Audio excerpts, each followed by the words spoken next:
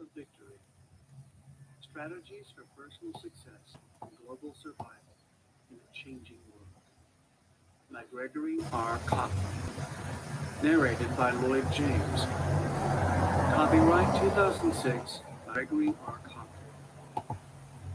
This unabridged audiobook is published by arrangement with Gregory R. Copley and Threshold Editions, an imprint of Simon & Schuster Incorporated, and was produced in the year 2006 by Tantor Media Incorporated, which holds the copyright thereto.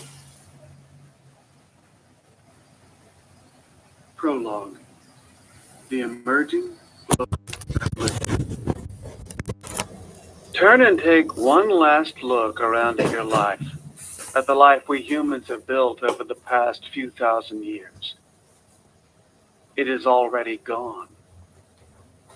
The granite columns of antiquity remain, though they crumble, and humanity, more vast in its numbers, remembers little of its past.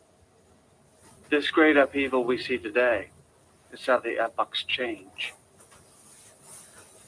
Our ego, our strong and vital sense of self, tells us that this era of change is different from all past human experience, that the future is unchartable and unmanageable. But that is not so.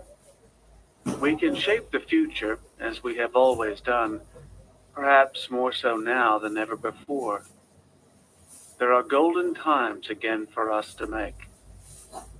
And yet, we are in the eye of the hurricane, an age of global transformation, a pivotal time for humanity. The pace of change has been accelerating, and not just in science and technology. Human numbers are surging and flooding into urban, mostly coastal, populations. As with organisms at any level, increasing the population within a confined space generates activity, friction, heat. We cling to the known world, but are also fixated by the promises and fears of the future. But we have forgotten that in the past, mankind was more aware of the tools of survival with which nature equipped us.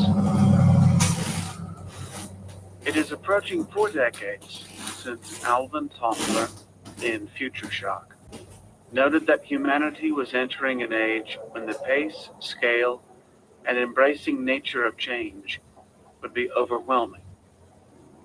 Add to that the impact of compounded population growth, coupled with climate change.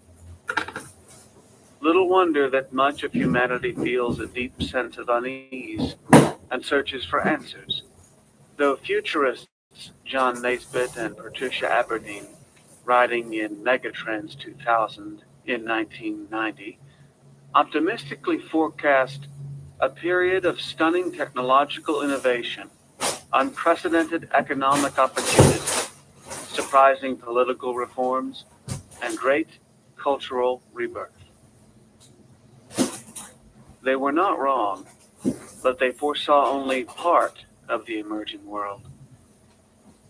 There are indeed many reasons for optimism, but the obsession with current technology and with imagined future innovations obscures the fact that human nature itself has not changed. It is only when faced with great threats to our existence, or merely to our comfort, that we contemplate who we are and what we must do to reach that promising future. And we have largely forgotten the implicit, innate laws of survival, which remain critical to our ability to cope with the massive change we now confront. Man, unique among species, uses technology to improve his chances for survival. These tools enable, with increasing certainty, the existence of an ever greater number of humans in an environment once only capable of supporting far fewer people. Massive population growth, coupled with vast changes in weather and the globalization of communications, and the tools of human interaction, such as computing, and abstraction and remote engagement have created vast swaths of people disconnected from any sense of the past, motivated solely by the present and self, yet with ready access to cheap technologies. Through such changes do we now see, for example, great tools in the hands of the historically illiterate. Knowledge has replaced wisdom. This maelstrom, gathering pace over 2 centuries, like a burgeoning hurricane over the ocean, has obliterated from our consciousness the intrinsic principles of human societal survival. But the survival of our bloodlines and societies is our victory over nature and our rivals. The reality is that we have seen great change before, not on the same scale, not at the same speed, not with the same glittering technologies. There are core principles, for the moment obscured by the accumulating detritus of centuries, which can allow us to find our horizons in this new age. They can give us comfort and direction, and enable us to control our own environment as individuals and as societies.